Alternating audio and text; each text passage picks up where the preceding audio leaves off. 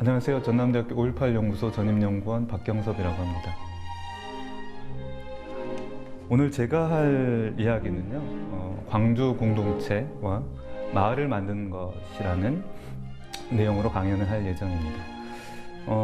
강연에서는 세 가지 정도 얘기를 할 텐데요. 첫 번째는 왜 사람들이 공동체를 얘기를 할까? 그러니까 현대사회가 각박하다고 그러고 이기주의, 개인주의 얘기를 많이 하죠. 먹고 살기도 혼자 바쁜데 왜 공동체가 필요한가에 대해서 첫 번째는 공동체 개념을 중심으로 말씀을 드릴 거고요.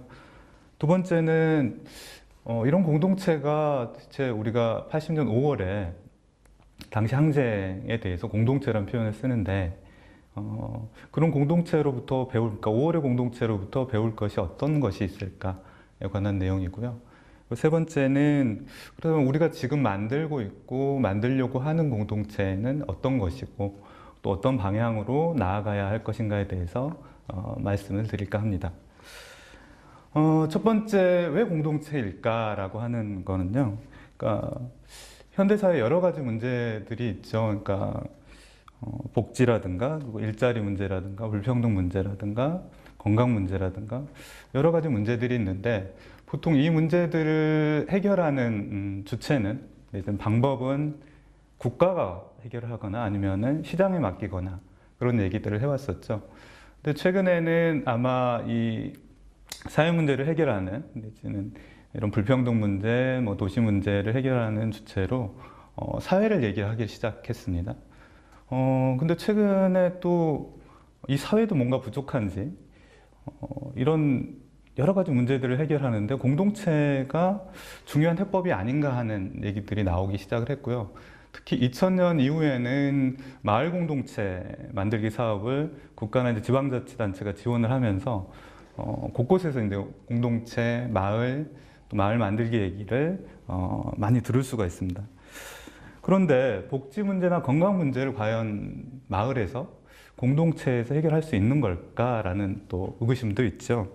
그러니까 마을에서 공동체 구성원이 아이들을 돌보고 또 노인들의 복지를 해결하는 게 과연 주민들이 공동체가 해야 되는 일일까? 그리고 마을에서 분쟁이나 갈등이 생겼을 때도 최근에는 시에서 마을 소통방이라는 걸 운영하고 있는데요. 그런 갈등과 분쟁도 공동체나 주민들이 해결하는 게 맞는 것일까? 그런 의문 또한 있습니다.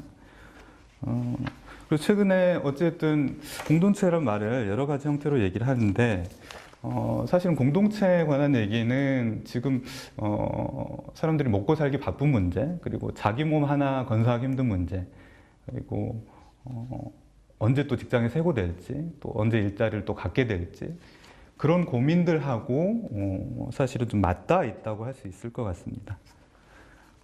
그럼 우선 우리들은 좀 그런 고민을 해볼 필요가 있는데요. 그러니까 공동체란 뭘까? 또 여러분들이 공동체라는 말을 들으면 어떤 이미지 내지는 어떤 단어를 떠올리는가에 대해서 좀 생각을 해볼 필요가 있습니다. 여러분들 어떤 이미지를 떠올리시는가요? 나눔, 협동, 돌봄, 호혜성 그런 얘기들도 하죠.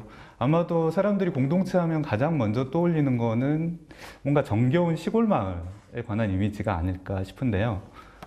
근데 모든 사람이 그런 이미지를 갖고 있을까 하면은 제가 최근에 학생들이나 또 청년들하고 만나서 얘기를 해보면은 공동체에 대해서 과연 그렇게 좋은 이미지만 갖고 있는 건 아니더라고요. 그러니까 공동체를 청년들은 뭔가 억압을 주는 거, 구속하는 거, 대신 또 낡은 것이다라고 얘기를 한다는 거죠. 그래서 누구한테는 어쨌든 좋고 긍정적인 이미지고 사회 문제를 해결하는데 공동체가 의미가 있다고 얘기를 하지만 또 어떤 사람들한테는 되게 불편한 것 또한 사실이죠. 그래서 과연 우리는 지금 도시에서 마을 만들기 사업을 할 때 시골 마을 같은 공동체를 만들고 싶어 하는 걸까요? 근데 아마 젊은 사람들은 사생활에 대한 존중, 차이와 다양성에 대한 존중을 더 갈구할지도 모르죠. 근데 이런 차이들에 대해서 좀 공동체 개념을 가지고 생각을 좀 해볼 필요가 있을 것 같습니다.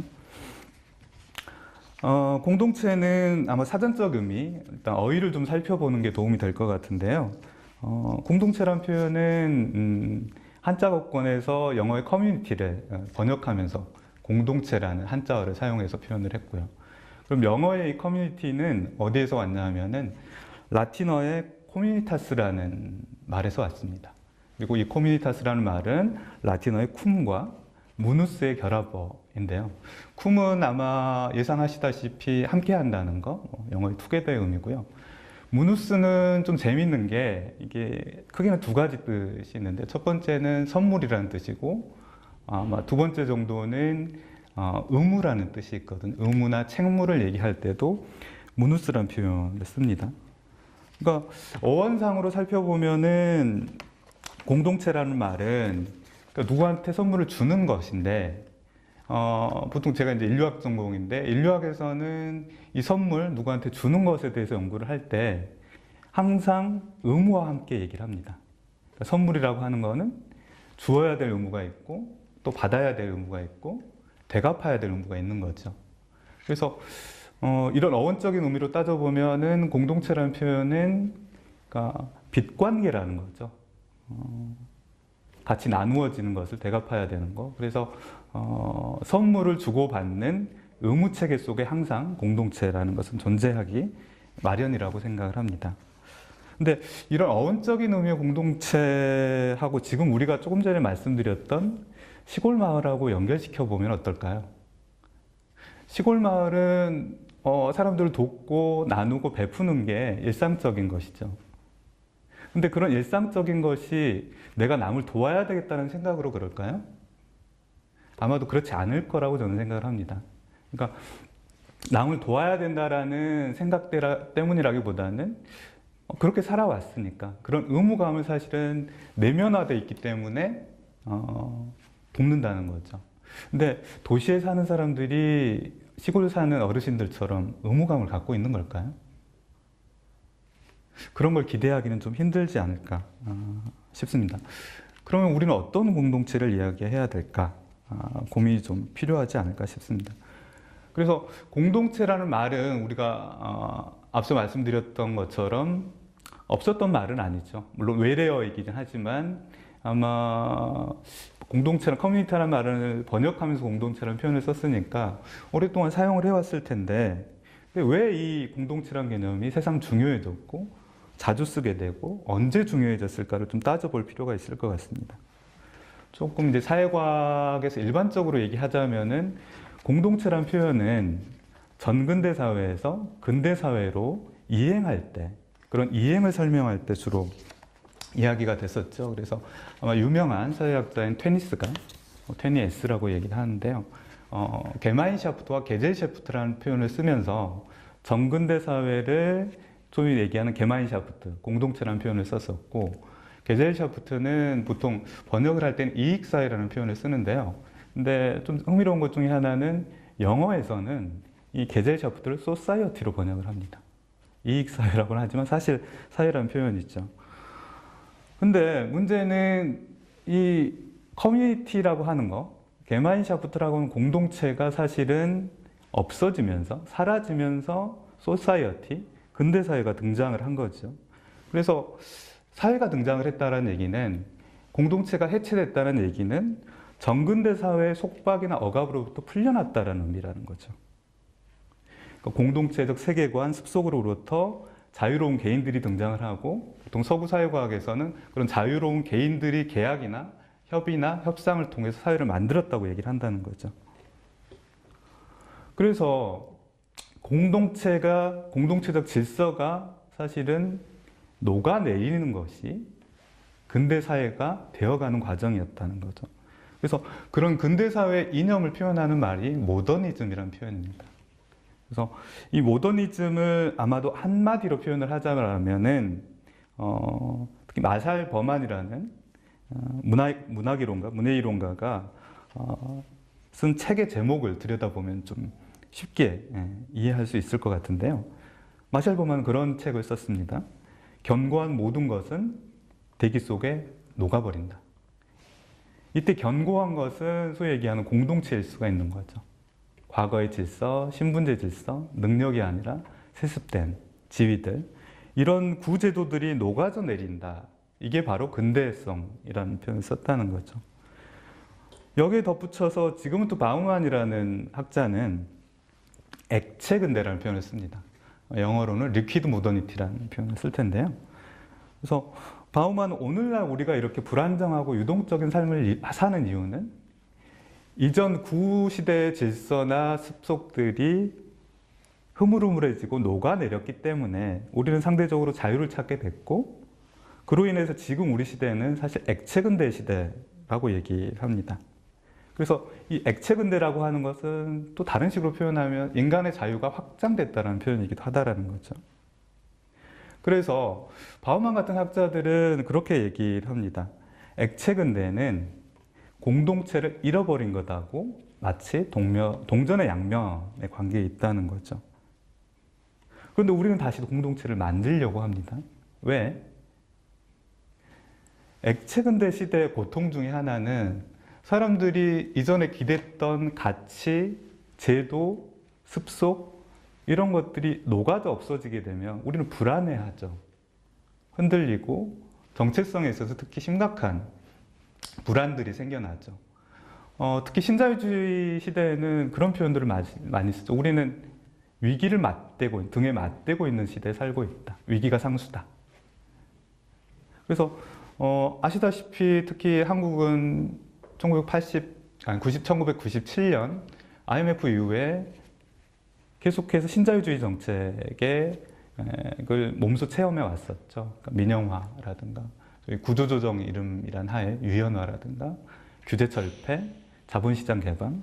근데 그런 것들이 불러온 결과 자체가 여러 가지 고통을 겪었지만 아마 사람들은 개별적으로 가장 힘들었던 건 너무 불확실하다라는 거죠. 안정을 찾고 싶어하는 욕구들이 점점 강해지고 그만큼이나 그렇기 때문에 사람들은 뭔가 기댈 곳, 또 의지할 만한 정체성이 필요하게 됐던 거죠. 그래서 공동체가 필요하게 된 것이다라고 얘기를 할 수 있을 것 같습니다.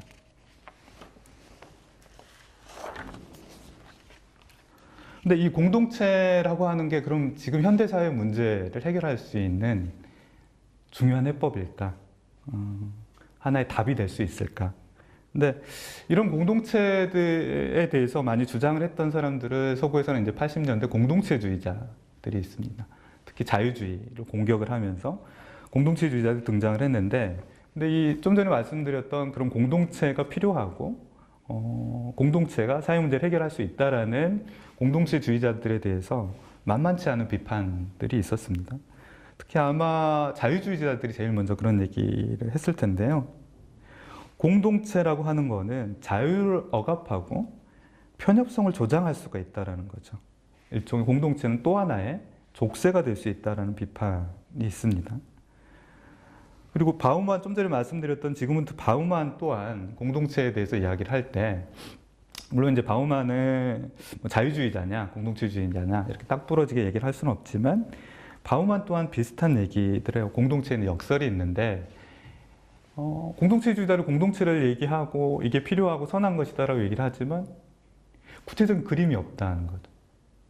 우리가 주변에서 공동체라고 할 만한 것을 경험하거나 느껴본 적이 있을까? 별로 없다는 거죠.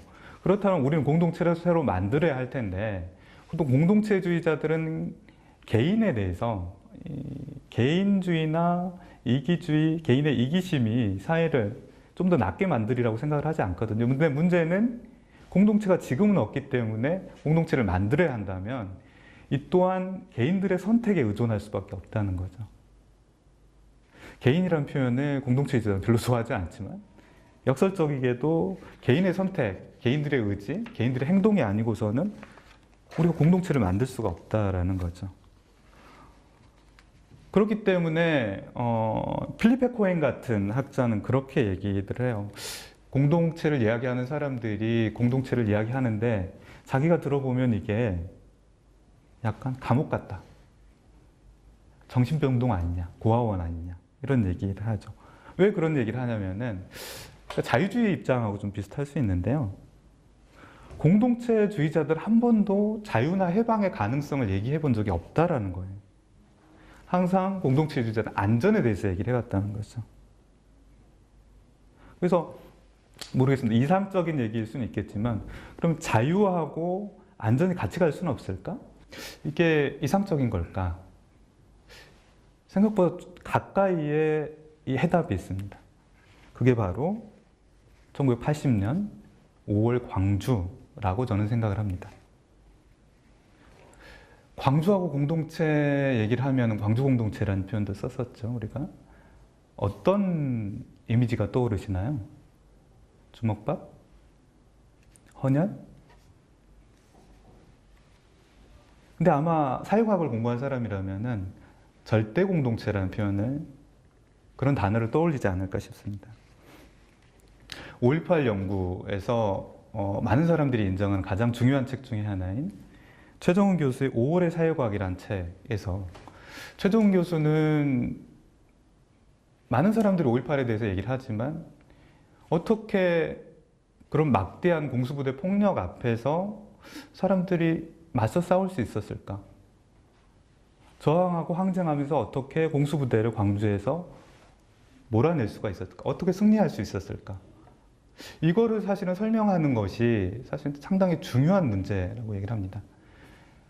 어떻게 폭력 앞에서 사람들은 공포감을 갖죠.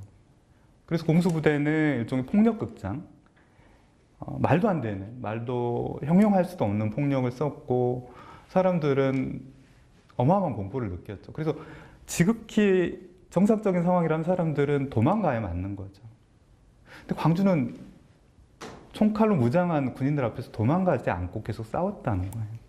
이걸 설명할 방법이 쉽지는 않습니다. 그래서 최정훈 교수가 떠올렸던 거는 아마 이런 상황들, 어떻게 광주 사람들은 같이 싸우고 이겼을까를 설명하기 위해서 절대 공동체라는 표현을 쓰게 됩니다.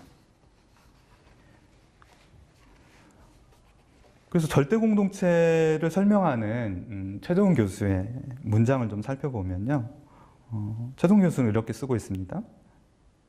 5.18이 우리 근대사뿐만 아니라 인류 역사에서 가장 갖는 의미의 핵심은 이 절대 공동체의 체험일 것이다.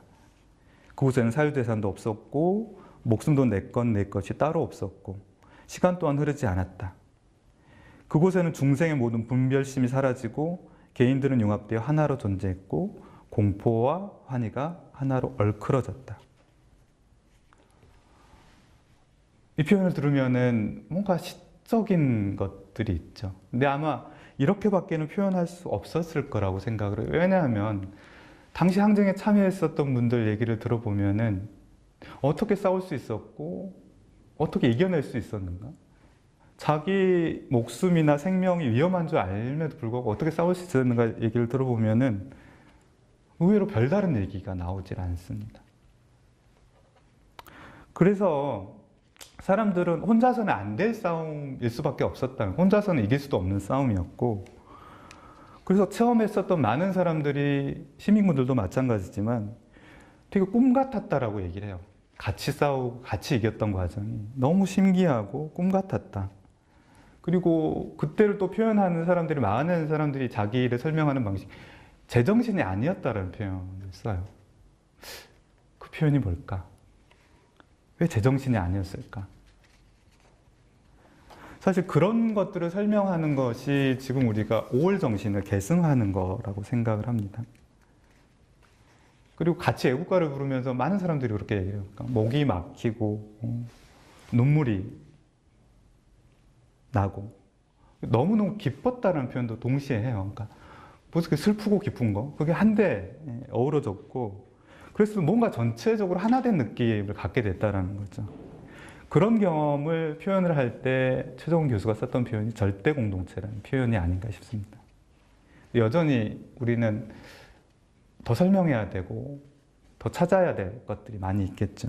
근데 어찌됐든 절대 공동체를 경험한 사람들은 다 삶이 달라지게 됩니다. 구두를 닦았었던 사람들, 그리고 그냥 청소를 했던 사람들, 또 학생들도 삶 자체가 달라져 버렸던 거죠.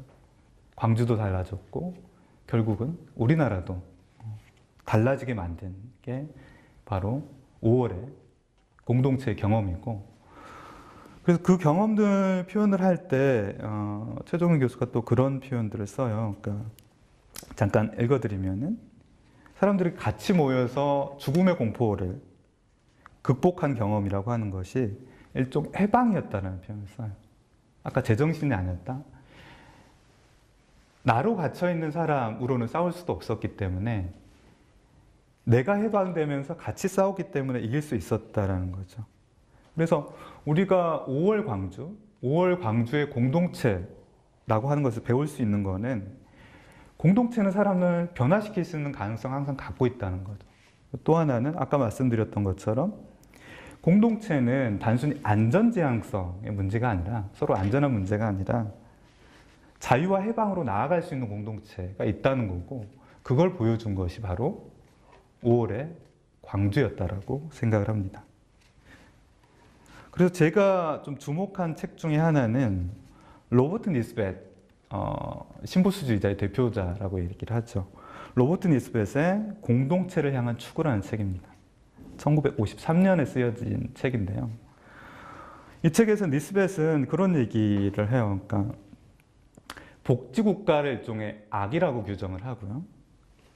지역생활을 하고 지역생활을 꾸려가는 공동체야말로 지금 우리 문제를 해결할 수 있는 중요한 공간이다 내지는 제도라고 얘기를 한다는 거죠.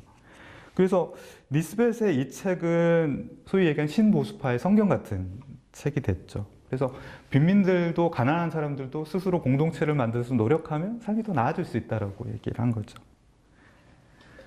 그리고 보수당 정권 얼마 전에 실각하긴 했습니다만은 영국의 데이비드 캐머런 총리도 빅소사이어티라는 표현을 써요. 그 표현을 쓴 이유는 기본적으로 신자유주의자가 됐든 뭐 현대 보수주의자가 됐든 간에 작은 정부를 싫어하죠.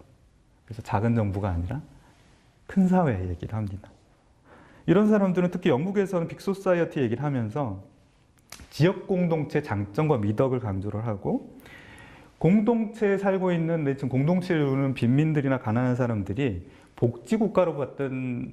복지국가로부터 받는 것보다 지역의 자원봉사자들한테 받는 것이 훨씬 더 크다라고 강조를 한다는 거죠. 그래서 이거를 보통 빅소사이어티를 얘기하는 사람들을 현대보수주의자라고 얘기를 합니다.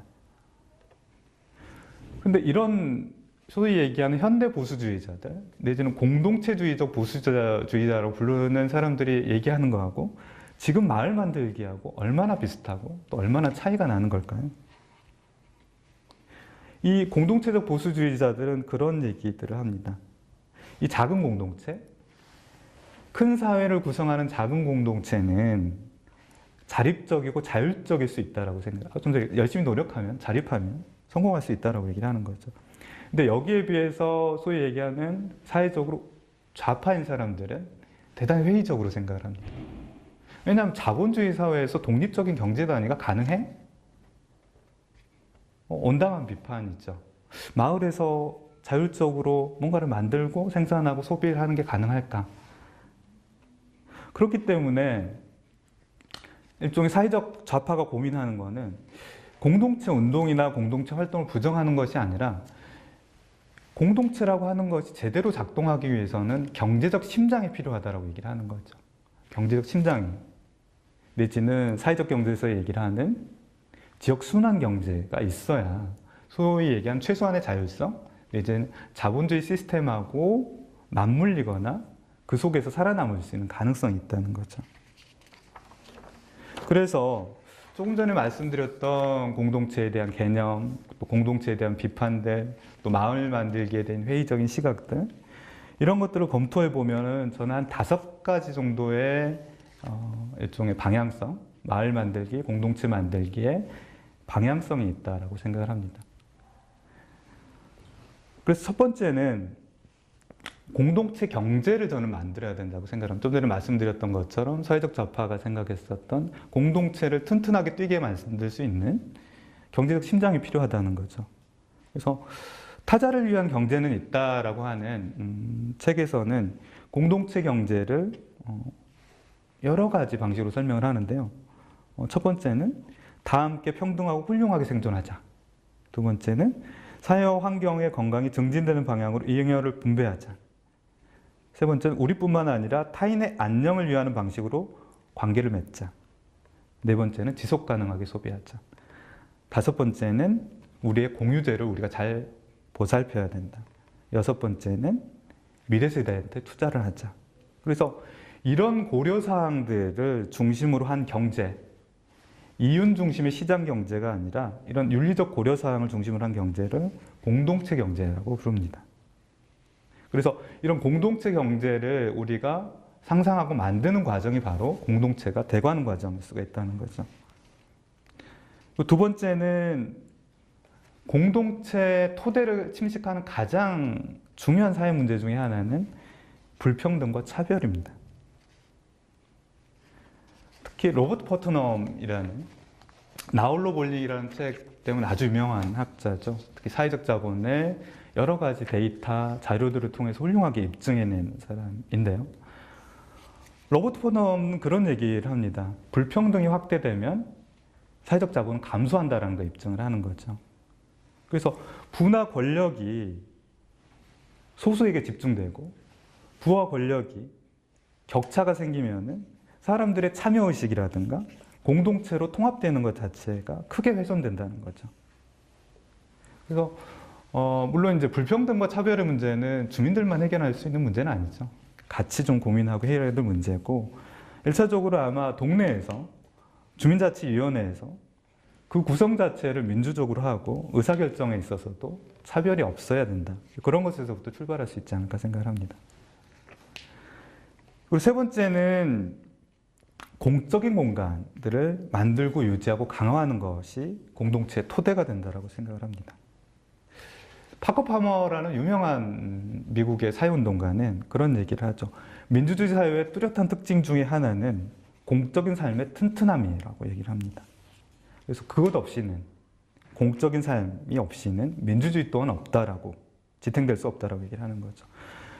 그러면서 파커 파머가 얘기하는 이 공적인 장소로 사료를 드는 것 중에 흥미로운 것 중에 하나는 영국의 펍이라는 장소를 아시죠? 사람들이 모여서 동네 선술집 같은. 근데 여기서는 타인들이 환대받고 사실 좀 평등한 공간이죠. 그리고 이런 공적 공간이 많이 생겨나고 많을수록 여기서 공동체가 자라날 가능성도 크다라고 생각을 합니다. 좀 구체적으로 얘기를 하면은 제가 월산동에서 마을금 만들기 사업을 돕고 또 같이 하면서 봤었던 중요한 장소 중에 하나가 평상이었습니다. 조그만 평상, 큰 평상, 다양한 평상들이 있는데 이 평상들은 누가 만들어서 그 자리에 놓은 건데 사실 그 평상은 누가 타인들이 와서 낯선 사람이 온다고 해서 쫓아내는 공간은 아니죠. 그래서 저는 평상이야말로 도시에서 볼 수 있는 작은 공적 공간이라고 생각을 합니다. 그런 공간들이 많으면 공동체 또한 활성화될 가능성이 있겠죠. 네 번째는 사회적 자본 얘기인데요. 그냥 사회적 자본이 아니라 차이와 다양성을 존중하는 사회적 자본이 필요하다는 거죠. 사람들 신뢰하고 돌보는 것은 중요한 가치입니다. 근데 타인한테 관심을 보이고 돌본다는 얘기는 중요하고 미덕이긴 하지만 사실 인정하고 오지랖은 종이 한 장 차이일 수가 있다는 거죠. 어떤 사람들한테는 챙겨주는 것이 부당한 간섭, 사생활 침해로 생각될 수가 있다는 거죠. 그래서 개인의 사생활을 존중하고 차이와 다양성을 인정하는 공동체를 만들기 위해서는 다양성을 존중하는 사회적 자본이 필요하다라고 얘기할 수 있을 것 같습니다. 그리고 마지막으로 제가 강조하고 싶은 거는 공동체는 재미없어서는 안 된다라고 생각을 합니다. 특히 젊은 사람들한테는 그렇죠. 따분하고 답답하고 뭔가 억압하고 규칙이 많고 이러면은 흥미를 느끼기 힘들죠. 특히 리처드 세넥 같은 학자는 그래서 그런 얘기들을 많이 해요. 공동체적 협력 경험이 즐거워야 지속 가능하다는 얘기를 한다는 거죠. 그래서 최소한 공동체는 재미가 없을 수는 있지만 진지한 즐거움을 약속해 줄 수는 있다라고 얘기를 합니다. 그래서 저는 공동체의 중요한 덕목 중에 하나가 같이 했을 때 즐거운 것, 협력했을 때 기쁜 것, 이런 경험들을 확장해 나가고 그런 경험들이 쌓이고 공감이 돼야 공동체가 좀 더 재밌고 활성화되지 않을까 생각을 합니다. 그래서 5가지가 너무 어렵긴 하죠. 그래서 이거는 마을 활동가, 공동체주의자, 공동체를 만들려고 하는 사람들의 고민만은 아니라고 생각을 합니다. 그래서 이 중에 하나에서 시작할 수도 있고요. 그리고 매력적인 공동체, 모두가 좀 기쁘게 참여하는 공동체를 만들기 위해서 꼭 필요한 고민이 이 5가지라고 생각을 합니다. 예, 이만 강연을 마치겠습니다.